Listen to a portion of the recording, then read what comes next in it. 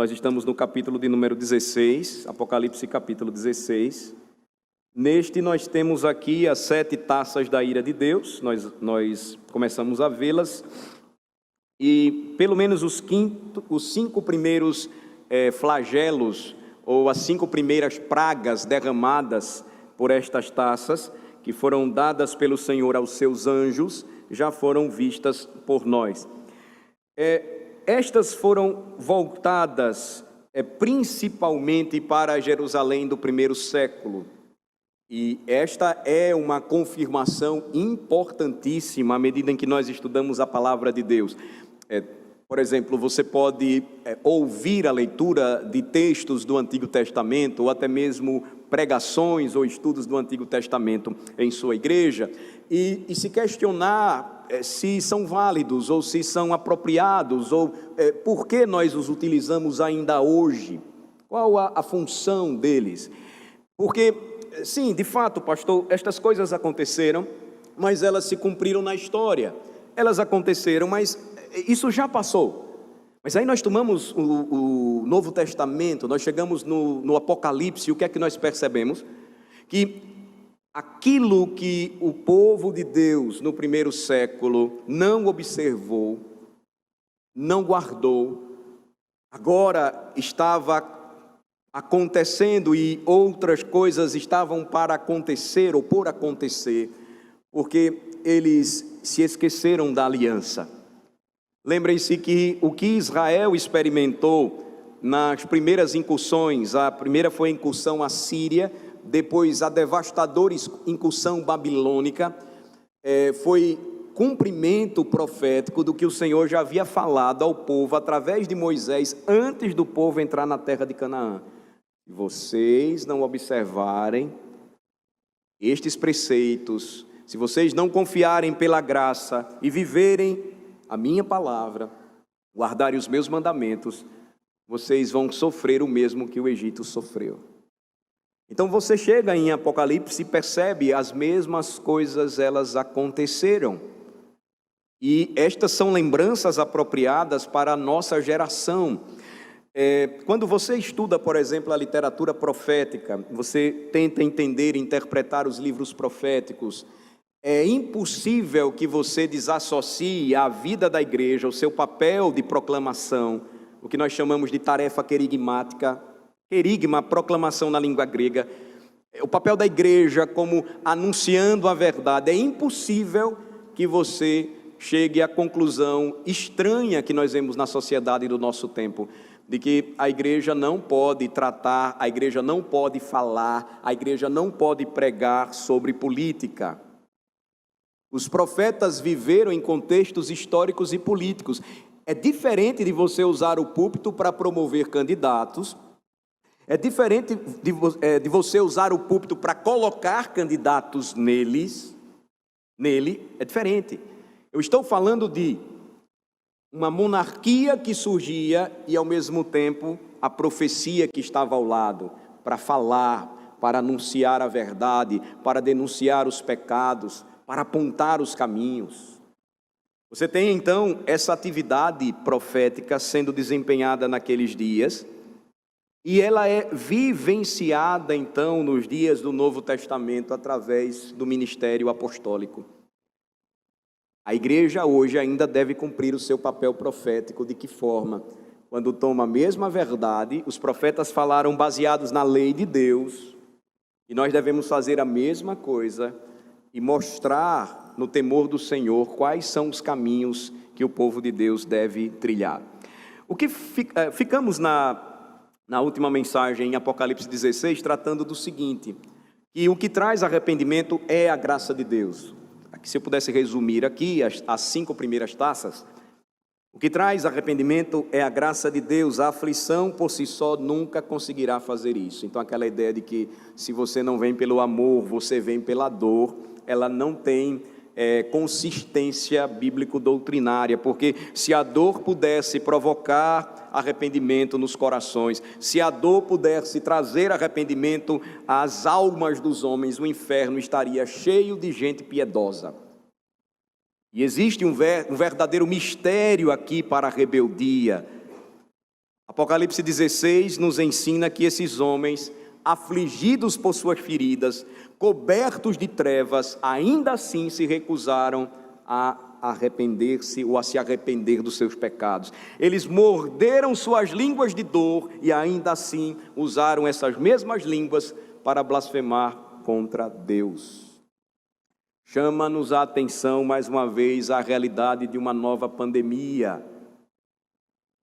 Mas nós vivemos uma pandemia, eu diria até pior, desde a década de 80.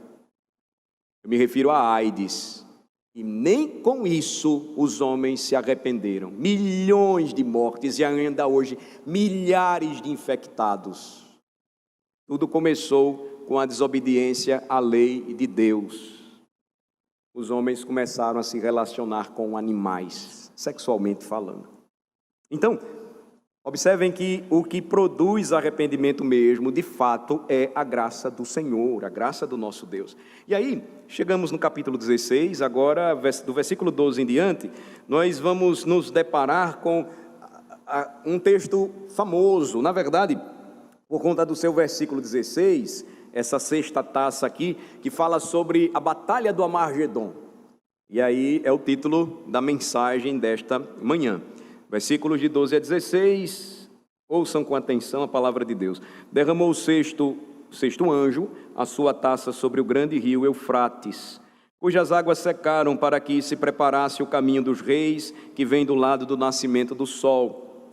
Então vi sair da boca do dragão, da boca da besta e da boca do falso profeta, 3 espíritos imundos semelhantes a rãs, porque eles são espíritos de demônios, operadores de sinais, e se dirigem aos reis do mundo inteiro com o fim de ajuntá-los para a peleja do grande dia do Deus Todo-Poderoso.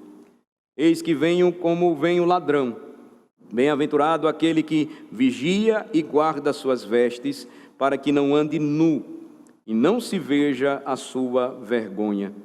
Então os ajuntaram no lugar que em hebraico se chama Amargedon. Aqui nós temos a transliteração da palavra na língua grega, que também translitera ou coloca a palavra na língua hebraica. Então nós chegamos a esta famosa batalha do Amargedon. O seu nome simbólico significa a derrota dos inimigos de Deus. É interessante que quando os comentaristas do Apocalipse eles chegam no capítulo 16, muitos deles apontaram que essa palavra, Amargedon, no livro do Apocalipse, serviu da mesma forma que a famosa batalha de Waterloo serviu para o nosso tempo. E quando eles falam sobre isso, eles nos remetem àquela famosa batalha que concluiu o chamado governo de 100 dias, do famoso imperador francês Napoleão Bonaparte. O Waterloo aconteceu em 18 de junho de 1815, na atual Bélgica, e esse nome foi dado por conta da região ou do local, onde então aliados, não querendo mais se submeter ao Império Napoleônico, se levantaram contra ele. Napoleão foi lutar com 72 mil homens e ele foi derrotado por uma aliança contrária de 118 mil soldados. A batalha então de Waterloo ficou conhecida como uma derrota catastrófica para o grande estrategista, guerreiro vitorioso em batalhas, um grande militar e também um dos grandes imperadores que o mundo conheceu, Napoleão Bonaparte. Então, Amargedon tem essa mesma relação com a história do povo de Deus em Apocalipse 16. O que vemos aqui, o sexto anjo, ele derrama sua taça da ira sobre o rio Eufrates. Este rio era a fronteira oriental do Império Romano, naquela época, nos dias do Apocalipse, primeiro século da era cristã. Do outro lado desse rio ficava o Império Parta. Foi uma das principais potências político-culturais iranianas da Pérsia Antiga. Então, do lado oriental, fronteira oriental, Eufrates. Do outro lado do rio, o Império Parta, que foi então uma potência ainda ali presente, político-cultural persa. Joséfo, o famoso historiador judeu, ele nos conta que o general Tito, filho de Vespasiano, trouxe reforços adicionais para cercar Jerusalém naquela época, na região do Eufrates, do famoso rio Eufrates. Então, nesta visão aqui, o que é interessante notar? As águas do Eufrates, elas secaram. Observe novamente o texto. Você tem a informação de que no versículo 16, quando o anjo derrama a sexta taça da ira de Deus, com aquela praga, ele o derrama sobre o grande rio Eufrates, e ele vai dizer, cujas águas secaram. Então, aqui nós temos o que é chamado de um tropo escriturístico. O que seria isso? E ele é importante. Um tropo é uma figura de linguagem que é utilizado também na retórica, uma figura da retórica, onde ocorre uma mudança de significado, quer seja interna ou externa. Então, o tropo, por excelência, ele sempre vai produzir uma metáfora. Então, lembre-se, nós estamos estudando o Apocalipse e estamos lidando com símbolos, com imagens, com metáforas. E aqui você encontra mais uma delas. Então, nós temos aqui um tropo escriturístico. Quando Daniel, por exemplo, interpretou a famosa caligrafia de Belsazar na parede, vamos aqui fazer uma comparação histórica, o que foi que ocorreu? Ou quando ele interpretou a parede? Ele a interpretou uma noite antes da morte do rei Belsazar. Daniel interpreta uma noite antes, e depois o que é que acontece? Ciro vai, conquista a Babilônia naquela noite por meio do artifício de desviar o rio Eufrates. Foi o que Ciro fez. Ele secou o rio e então ele marchou para a Babilônia pelo leito do rio. Isso aconteceu em 536. Agora, notem como estas imagens, elas vão se harmonizando e vão apontando para algo interessante. Quando as águas elas secaram nas Escrituras, as informações que nós encontramos sempre foram acompanhadas de um indicativo de libertação. Toda vez, observem, que as águas de um rio secaram na Escritura, era acompanhado, esta seca, ela era acompanhada de uma indicação de grande libertação para o povo de Deus. Nós vimos isso na liturgia de hoje, na libertação do Mar Vermelho. Então Moisés estendeu a mão sobre o mar, e o Senhor, por um vento forte oriental, que soprou toda aquela noite, fez retirar-se o mar, que se tornou terra seca e as águas foram divididas. Os filhos de Israel entraram pelo meio do mar em seco, e as águas lhes foram qual muro à sua direita e à sua esquerda. Então, a indicação que nós temos na Escritura é que quando as águas de um mar ou de um rio secaram, uma grande libertação para o povo de Deus estava por vir. Vamos comparar agora com outra passagem. Ela é interessante quando nós lemos a Bíblia. Livro de Josué, capítulo 3. Abra sua Bíblia comigo. Na verdade, ela já está aberta, né? Mas siga comigo para o livro de Josué, capítulo 3, você já tem aqui o registro da entrada na terra de Canaã,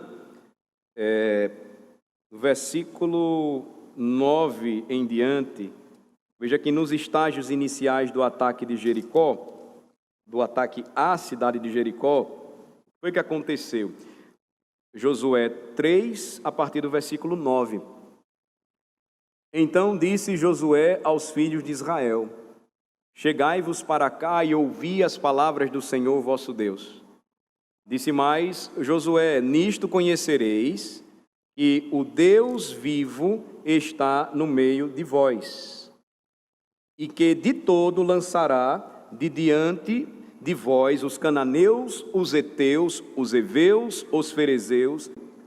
Que as notícias correram de como o povo de Deus foi liberto do Egito, e agora eles estavam chegando perto da cidade de Jericó. Versículo 17: porém os sacerdotes que levavam a arca da aliança do Senhor pararam firmes no meio do Jordão, e todo Israel passou a pé enxuto, atravessando o Jordão. O padrão, irmãos, de salvação, então, como nós temos aprendido estudando o livro do Êxodo, ele se repete. Toda vez que os sacerdotes estavam ali presentes, faziam a vontade de Deus, o povo então confiava na palavra do seu profeta, e obedeciam e seguiam. O Senhor então abençoava o seu povo, porque a vida dependia da fé. A vida dependia do Deus que os libertou e que agora os chamava à confiança, à esperança em suas promessas.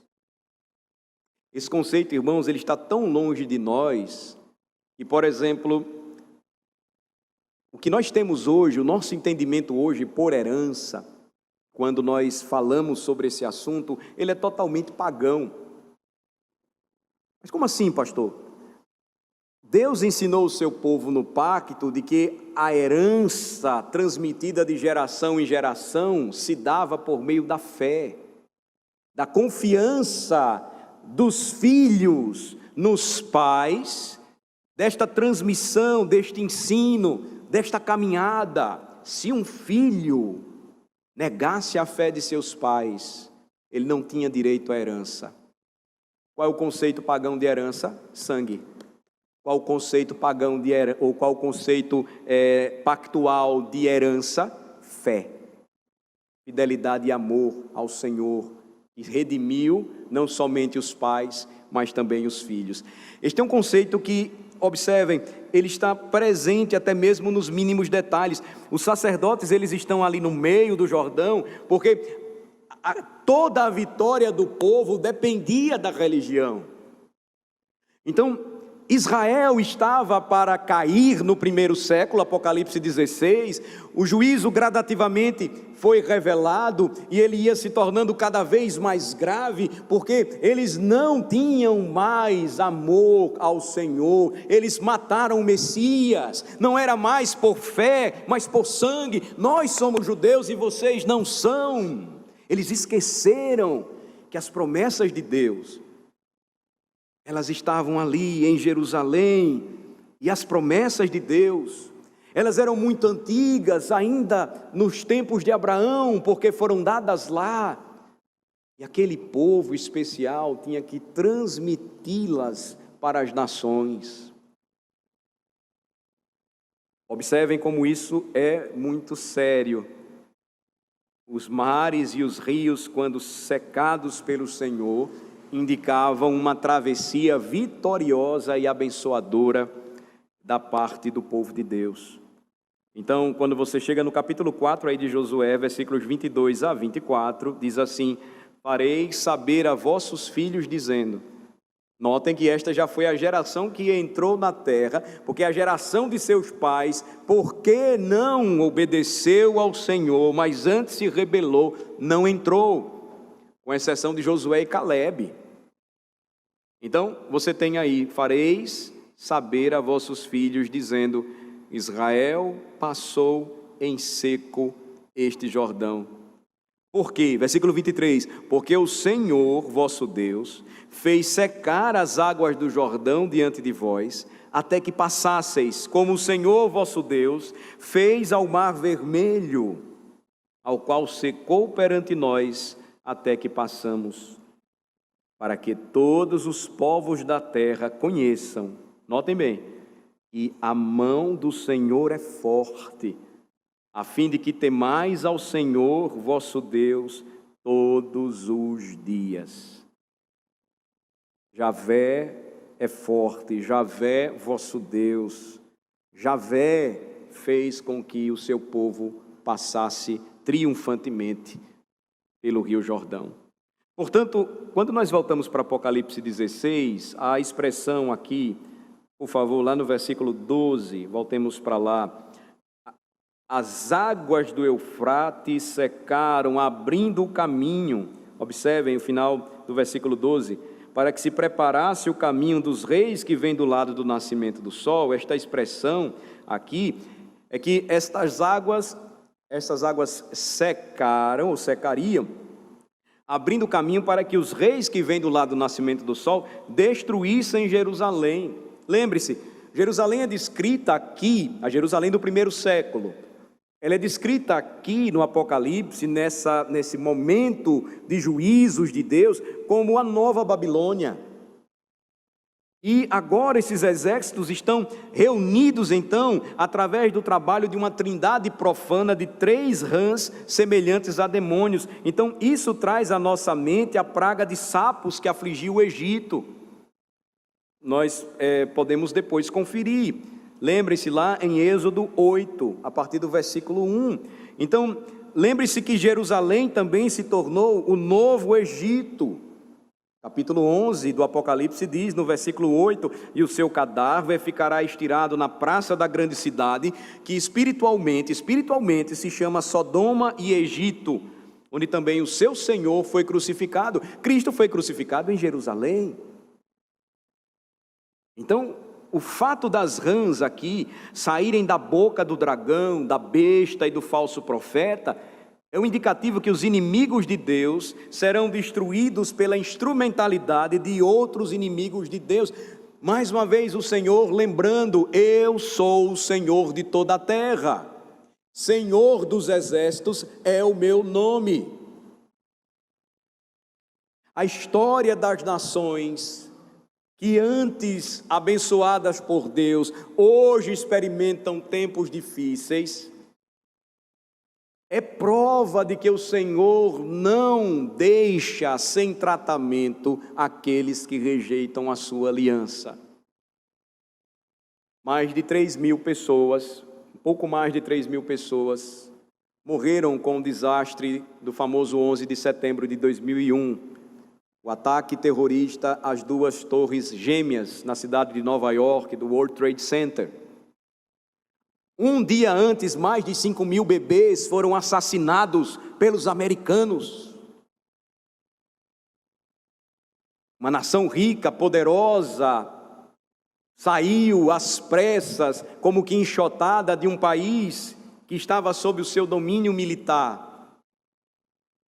O que muitos não sabem é que no chamado mês do orgulho LGBT, na embaixada americana, eles ergueram uma bandeira em meio a um estado e um país, onde este tipo de atitude seria uma afronta, mas eu diria muito mais uma afronta ao Senhor, que fez os céus e a terra, e que nos lembra que a ira de Deus, ela se levanta contra toda a rebeldia e impiedade dos homens, que trocam a verdade pela injustiça. O juízo, ele vem, ele é certo, irmãos. Não nos enganemos. Agora, lembrem-se que sempre na administração dos juízos, o Senhor sempre também foi muito paciente. Se nós percebermos, os profetas, eles viviam em situações e tempos em que o Senhor, ele ia enviando juízos a fim de que o povo se arrependesse. Lembrem-se de Ezequias, por exemplo. Ezequias, por um momento, o referido é provavelmente o Monte Carmelo. O que foi que aconteceu lá? Lembrem-se, foi o lugar onde Elias derrotou os sacerdotes de Baal. Esta é a montanha mais próxima da planície de Megido. Esse campo de batalha também foi usado mais de uma vez. Lembrem-se, no tempo dos juízes, de Débora e Baraque, como alcançaram sua vitória justamente de 20 a 25, nós conferiríamos essa verdade. Vamos verificar? Segundo o livro das Crônicas, 35, versículos 20 a 25. Segundo Crônicas, 35, versículos 20 a 25. Depois de tudo isto, havendo Josias já restaurado o templo, subiu Neco, rei do Egito, para guerrear contra Carquemis, junto ao Eufrates. Josias saiu de encontro a ele. Então Neco lhe mandou mensageiros dizendo: que tenho eu contigo, rei de Judá? Não vou contra ti hoje, mas contra a casa que me faz guerra. E disse Deus que me apressasse: cuida de não te opores a Deus que é comigo, para que ele não te destrua. Porém Josias não tornou atrás. Versículo 22, antes se disfarçou para pelejar contra ele, e não dando ouvidos às palavras que Neco lhe falara da parte de Deus, saiu a pelejar no vale de Megido. Os flecheiros atiraram contra Josias. Então o rei disse a seus servos: tirai-me daqui, porque estou gravemente ferido. Seus servos o tiraram do carro, levaram-no para o segundo carro que tinha e o transportaram a Jerusalém. Ele morreu, e o sepultaram nos sepulcros de seus pais. Todo Judá e Jerusalém prantearam Josias. Jeremias, aqui o profeta, compôs uma lamentação sobre Josias, e todos os cantores e cantoras, nas suas lamentações, se têm referido a Josias até o dia de hoje, porque as deram por prática em Israel e estão escritas no livro de Lamentações. E assim, a dura realidade representada por essa batalha convulsiva, provavelmente, aqui notem, nos fazendo enxergar os acontecimentos na história, era um indicativo de como também Jerusalém sofreria tamanha destruição. Seria uma invasão que traria completa destruição sobre um povo que agora havia se tornado inimigo de Deus. Observem que o Senhor diz, no versículo 15 de Apocalipse 16, o seguinte: eis que venho como vem o ladrão. Quando o Senhor anuncia essas palavras, se nós não olharmos o contexto, nós vamos pensar, não, Jesus está falando a respeito da sua segunda vinda. Mas veja que quando ele usa essas expressões, não necessariamente apontam para a sua segunda vinda, mas ele vai usar como uma maneira de encorajar os santos, de que o juízo ele está próximo, ele é iminente para aquele período. Então, a vinda do Senhor aqui era para que os santos não fossem pegos de surpresa. O versículo 15 diz: bem-aventurado aquele que vigia e guarda suas vestes, para que não ande nu e não se veja a sua vergonha. Aqueles que não se arrependessem, aqueles que não saíssem de Jerusalém, eles iam sofrer tamanha vergonha, tamanho vexame, pois muito pouco tempo restava para eles. Sétima taça, nós temos então os granizos reais, observem, versículo 17. Então derramou o sétimo anjo a sua taça pelo ar, e saiu grande voz do santuário do lado do trono, dizendo: feito está. E sobrevieram relâmpagos, vozes e trovões, e ocorreu grande terremoto, como nunca houve igual desde que há gente sobre a terra. Tal foi o terremoto forte e grande. E a grande cidade se dividiu em 3 partes, e caíram as cidades das nações. E lembrou-se Deus da grande Babilônia, para dar-lhe o cálice do vinho do furor da sua ira. Todas as ilhas fugiram, e os montes não foram achados. Também desabou do céu sobre os homens grande saraivada, com pedras que pesavam cerca de 1 talento. E por causa do flagelo da chuva de pedras, os homens blasfemaram de Deus, porquanto o seu flagelo era sobremodo grande. A última taça da ira de Deus, então, é derramada na atmosfera. Observem, talvez seja sugestivo também que esta seja uma descrição de como age, como atua o reino de trevas, o reino de Satanás. Efésios 2 nos lembra: nos quais andastes outrora, segundo o curso deste mundo, segundo o príncipe da potestade do ar, o espírito que agora atua nos filhos da desobediência. Veja que na sétima taça, quando ao registro, a profecia a respeito do acontecimento, uma grande voz sai do templo celestial, clamando que o julgamento finalmente está completo. Como resultado disso, há um grande distúrbio e agitação, vozes, trovões, relâmpagos, e a sua culminância, que é um grande terremoto. Houve, diz a palavra de Deus, um grande terremoto como nunca havia acontecido na terra antes. Continuando com nossa visão, de que esses juízos em cascata estavam varrendo a cidade de Jerusalém, podemos ver que o cálice da ira que a cidade recebeu para beber corresponde ao cálice de seus pecados perseguidores. Nós vimos na mensagem anterior Os profetas foram perseguidos e mortos em Jerusalém. Jesus vai lembrar em Mateus 23, Jerusalém era conhecida por perseguir 3 facções ferozes que destruíram internamente a cidade, possibilitando uma invasão mais fácil por parte dos judeus. E as pedras de granizo lá? Que pedras seriam essas?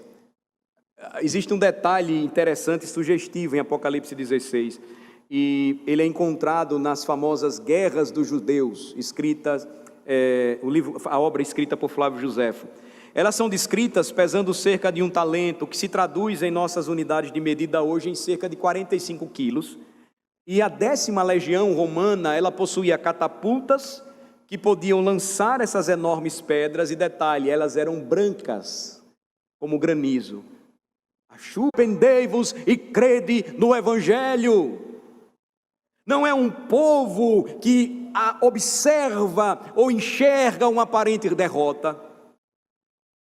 Não é um povo que acha que é necessário que se fique calado, silente, inerte, enquanto o mundo está em trevas. Mas é aquele o que fazemos é escatológico. E que se permitirmos um vácuo escatológico em nossa vida, ele será preenchido por outras ideias e conceitos, por outras filosofias e por outra forma de adoração. Isso nos tornará idólatras. Isso nos afastará de Ti, Senhor. Ajuda-nos. Ajuda-nos a entendermos que o nosso caminhar sempre aponta para este grande retorno do Rei, e deve ser enxergado de forma clara como aquilo que Ele sempre cumpriu na história, porque a Sua palavra nunca falhou. E a advertência do Senhor para o seu povo é que se nós não nos voltarmos para Ele, se nós não confiarmos em Sua provisão, se nós não amarmos de todo o coração, se nós não confiarmos e dependermos da Sua graça, Ele virá com juízo sobre nós. Ele irá nos cobrar aquilo que devemos fazer. Ele vai trazer maldição sobre o pacto ao invés de bênção. Ó Senhor, não permitas que desperdicemos tamanho privilégio, mas desperta-nos. Ajuda-nos no treinamento e ensino dos nossos filhos, futura geração. Abençoa, Senhor Deus, a Tua igreja cada vez mais, animando-a, Senhor, e encorajando-a. Pois bem-aventurado é todo aquele que em Cristo se refugia. No nome dele que oramos. Amém.